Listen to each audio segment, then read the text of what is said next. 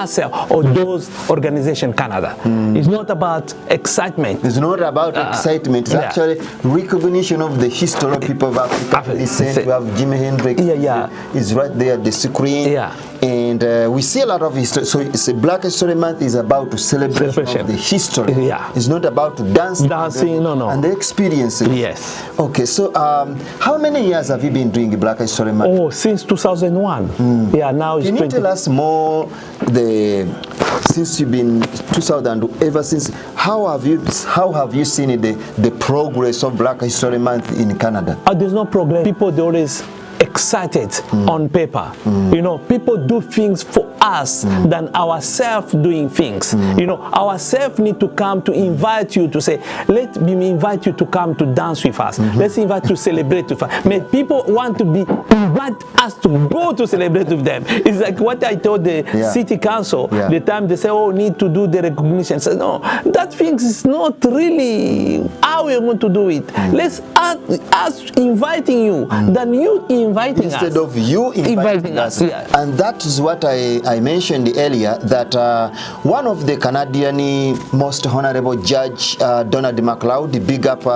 Judge Donald MacLeod in Toronto, one day he said that in 2017, Judge Donald MacLeod said that nothing about us without us. Yes. So meaning that there is nothing the government should organize without we getting involved.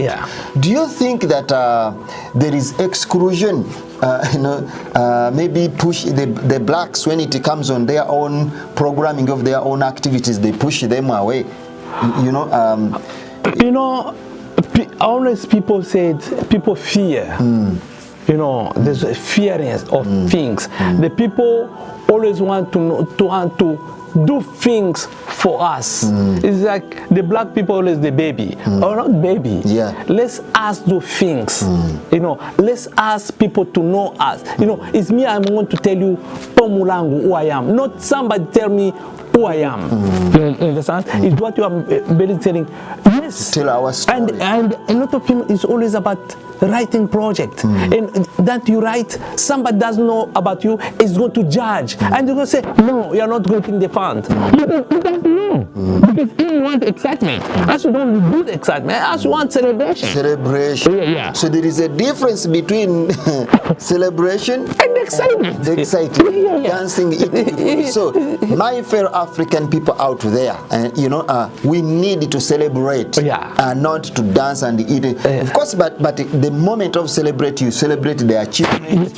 There you dance. The struggle, the challenges, the opportunities. Mr. Paul, right from that statement you've just said that we should celebrate, whom do you think we should celebrate if we are to celebrate individuals, personalities here in BC or in Canada-wise?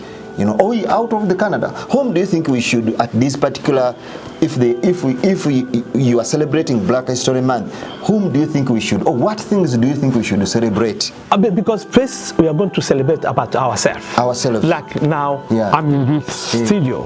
I'm going to celebrate about Yassine to say, oh, Yassine, what the achievement. I'm going to celebrate about Hassan is doing this. We are celebrating about our achievement. Everybody knows its contribution. Because the history now become after that. Because the history, there's a lot of kind of history. There's African history and also what the people come, they call them slave, what is not slavery. And the people came before us, also their history. And thank you so much, Mr. Paul. Paul, I think in this camera he said that the people came before us. They always portray them as slaves. They were not slaves. They were just pure African people who had brought them from Africa under the promise that they are going to get good jobs in sugar plantation. And then they ended up into enslavement. I wanted to clarify that. So, do you think people like Jimi Hendrix, Emile Bands, do you know Emile Bands? Oh yeah, have you got a chance to meet with him? The time I came, he was the first one I met with him, and he told me about his achievement. You know, the people who went to parliament, at least to talk about us. You know, there's the people who went. Who was Emile Ban? He was the first MP. Okay. Yeah. MLA. Yeah. And the speaker. The speaker of the parliament, yes. So I think it's the first here in BC, and it was the last one. You know what I'm always, that case of the first and the last doesn't come a lot. Maybe there was somebody else also doing other things. You know, it's the somebody who came and also do a great job about, So, and so when we celebrate here, we talk about James Douglas, who's I hear that the first governor of this province. Yes. He was actually the mixed up. Yeah, you know, and also that Douglas College. Douglas College was named after the first governor of this province, James Douglas, who is a key political head of this province. It's what I told you about excitement. People, they're excited. They put all those names. They don't celebrate them. They don't celebrate them. You know, that's the problem. You need to celebrate them. And then Jean Michel, you said that is the pioneer of the Black History Month in Canada. In Canada. Okay, so that's really good. So in terms of you as a center, how many events do you think you've organized about Black History Month ever since you started? Oh, now this is 23rd. Wow. This is the celebration. The celebration. I always celebration. And I'm going to tell you. With funding, without funding, always celebrate. Always do it. Always do it. Because for us, it's the presence. Because if we don't do it, who can do it for us? That's the problem. So if we can't do it, then who will do it for ourselves? I think this is a motivational statement to all African people out there, the Afro-Caribbean, Afro-Canadian, Canadian of African descent, that if we cannot do things, we cannot get engaged, involved to do things of our own, who is going to do else? You know, Mlango, and then have you been all supported, getting support from the community? How has been the involvement of the African, my brothers and sisters from the continent? You know, when you bring in, one day I was talking to one of the members of parliament here, actually was a minister. He came to visit our organization, what we do in Vancouver. And he told me, I see the great work you have done, but one thing I'm going to tell you about our people from Africa, they don't buy ticket. They don't support event. They don't support the growth of our community. And he said that whenever we set up a show, they will come and they need to negotiate at the door entry. Is that how things are done? What you're saying is what every time if I put up the flyer, I put up free. Free event. Free event. And also sometimes they see our sponsor. They've been giving him a lot of money. You know, the problem is about our people. So is I have a problem with the government is our people, because the government, if we put up a flyer to say sponsored by the government, and they think the government give us a lot of money, and our people is always say they give you, where it's not like that. Come, let's celebrate. It's like our musician, artists.